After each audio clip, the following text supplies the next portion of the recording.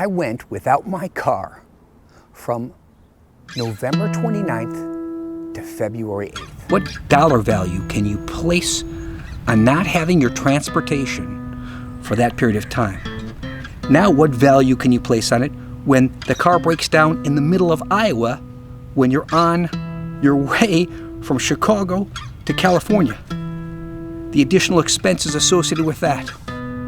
What should a company do to support you in that situation? That's what I want to talk to you about today.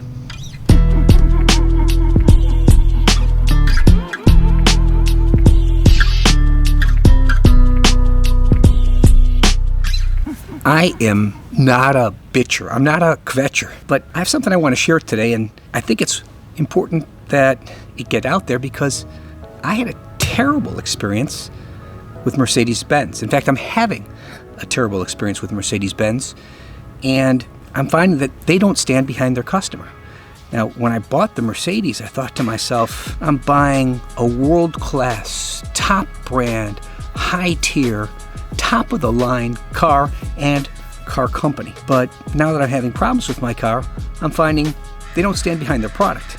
So I'm going to share my story with you today, and I'd appreciate it if you agree with what I'm saying, that you share this story too, because the best thing I can do, the best thing we can do, is let the world know the true colors of the companies we do business with. What's that smell? The cologne?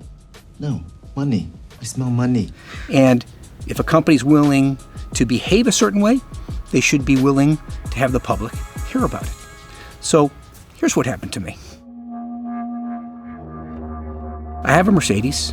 It's a 2016 GLC 300, and it's got 70,000 miles on it. I'm driving it cross-country from Chicago to California. As I drive into Iowa, car stops performing. As I'm driving it won't accelerate beyond 30 miles per hour. It's shaking, black smoke's coming out of the back. I limp into the dealership. I get to the dealership, and they tell me, boy, probably something serious. They'll get back to me in the morning and let me know what needs to be done. Meantime, I've got my car packed to the brim with my wife and my dogs and many of our possessions, and we're en route to California. I get the call the next morning. It's serious. They need to rebuild the engine. Cylinder 1 is cracked or broken. Great. How long will it take? It might take a week or two. I'm thinking, what do I do? I've got an extended warranty on this car. I have the ELW, the Mercedes-Benz ELW, which I purchased for $3,000, and my car is covered to 75,000 miles or through February of 2023. So I'm in good shape. I'm covered. However, the tremendous inconvenience I suffer here, the fact that I'm stuck in Iowa, that I've got to find a way to get to California, and what do I do? What am I going to do while I don't have this car? These are all problems that I now have. Little did I expect that I would get no help from Mercedes-Benz. When I talked to the dealers, who were, by the way, I should tell you, the dealers were terrific. The service people at Urbandale or Des Moines Mercedes-Benz, terrific communicators. But they would tell me their hands are tied. I've got to talk to Mercedes-Benz corporate. I also spoke with Mercedes-Benz back where I bought the car, Continental Canals in Lake Bluff, Illinois. They were terrific. They told me, you need to talk with Mercedes corporate. When I called in there, they told me there was essentially nothing they could do. After I pushed them, and asked for some support, telling them I wanted my car repaired, or at least a loaner or support for a loaner in the interim, they made me an offer of $1,000 if I signed a release. And I said to them, $1,000 doesn't come close to covering what I need to rent a car during this period of time. That's ridiculous. Why would I sign a release? Meantime, time continues to pass. I dropped this car off at the dealership in Des Moines, Iowa, and my car still isn't fixed.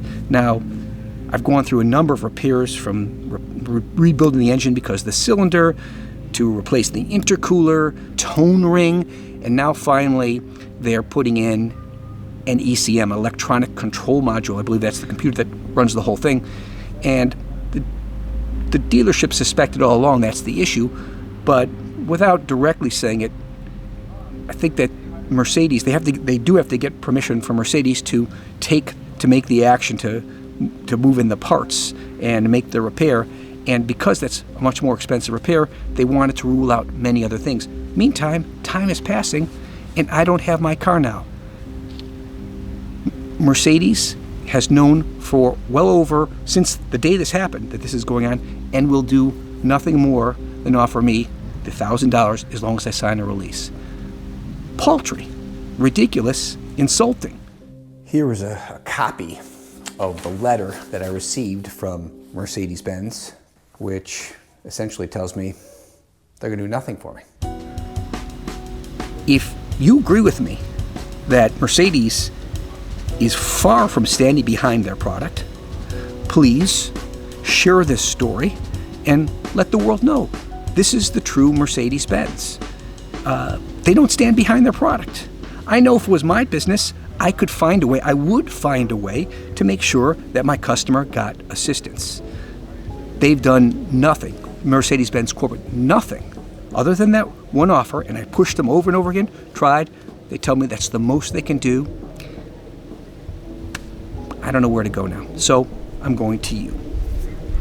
Share the story, and if Mercedes isn't willing to stand behind their product, let's let the world know. Please share, and I would say don't buy Mercedes-Benz. Lots of good car companies out there. I think you should buy from someone who actually stands behind their car and believes in a really basic concept called customer service and fairness for the customer. Thanks for listening. See you in the next one.